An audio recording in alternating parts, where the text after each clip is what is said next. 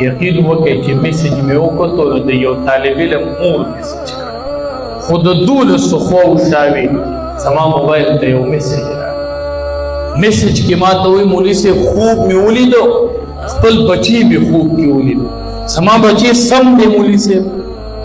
زما بچی برابر دی، خو د دې ځان نه ښه برابر دی، ښه ټیک ټاک دی. ویدلی به یو ورځ چوټي مخکې ورته زموږ چوټیانې زیارت کوو، دی امتحان بوت په ورځ دی، ویدله به سبا چوټي ورنه کوي، د بوت په ورځ به بلکل به ونه ورکړي چې زما بچی کور ته راشي. ای ما ته وایي زه اوس په نفل ودرېدم، بچي ته مې دعا کوله او طلبه ورته مې دعا کوله، د دې په شا میندې دي، د دې پلاران دي، دا یو امانت مونږ ته رالیږلی دی. په دې شکر وباسئ چې د بل کلي طالب ستا کلي ته راشي او دلته په دارالتقوا کې حافظ شي او کلي ته لاړ شي، ستا د کلي نوم هلته وي، ستا د کلي نوم وشي، ستا په خاوره کې او ستا په علاقه کې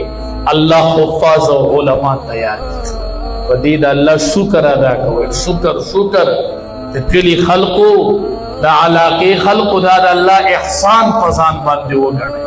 الله احسان وګڼئ. داسې یو باغ الله درکړی دی او داسې یو باغ دلته تاسو ته الله لګولی، دې کې به انشاءالله لوی لوی محدثین پیدا شي. کتابونو لیکلی دی یهودي دکاندار و یهودي طلباو به